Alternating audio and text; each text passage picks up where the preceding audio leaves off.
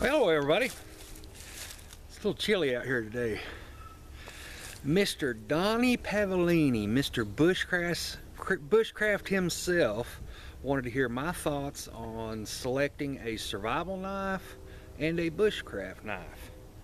And, you know, what I thought about them, what I felt about them. I don't know. Okay, for a survival knife, this is one of my favorite knives. It's an SCHF 9. If you notice, it has a real thick spine, nice big handle for chopping. And you got to think about what you're going to be using it for. In a survival situation, you're probably going to be needing to build a shelter, bust up some firewood, you know, split some kindling, stuff like that. As you can see, this knife here is well worn. This knife has saved my hiney a couple of times out in the woods.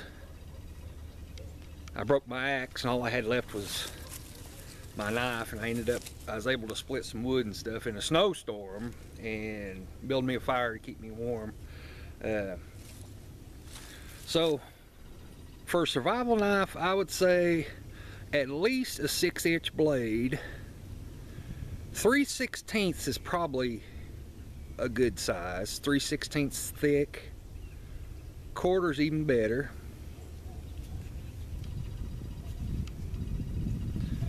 But a nice big knife for chopping. And it helps if your sheath has a pouch with fire steel,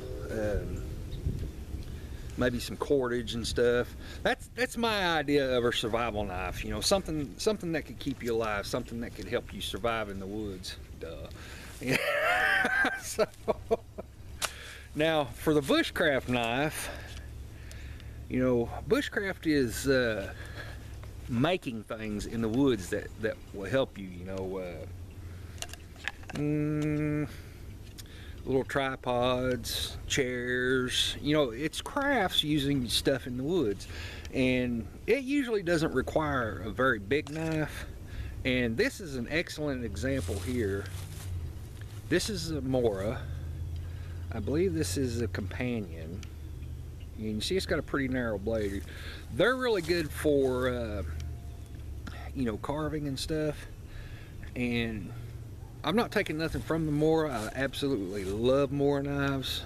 I think they're one of the best deals on the market as for a good knife. Whoa! But I love Mora knives. They're great bushcraft knives. Okay. But, and there always has to be a but.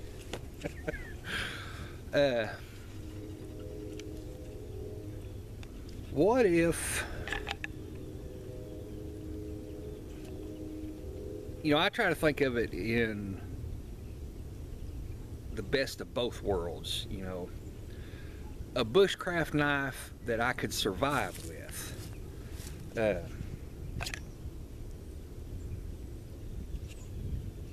This, I could probably build a shelter with this. You know, batoning through limbs and stuff, but there's a greater chance of me breaking this. And so what I found to be a good medium is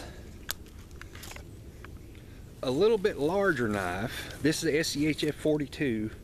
A little bit larger knife. You see that blade thickness there? But yet I can still do really good push cuts with it. You know, I can do push cuts, or I can baton some, you know, sticks if I have to. And this one has a fire steel on it because this is the, or ferro rod, because this is the one that I carry in the woods. This is the actual knife that I carry in the woods. I have this on my side, and I have my SCHF 9 in my bag usually. You know, I like to have a little insurance, if you will.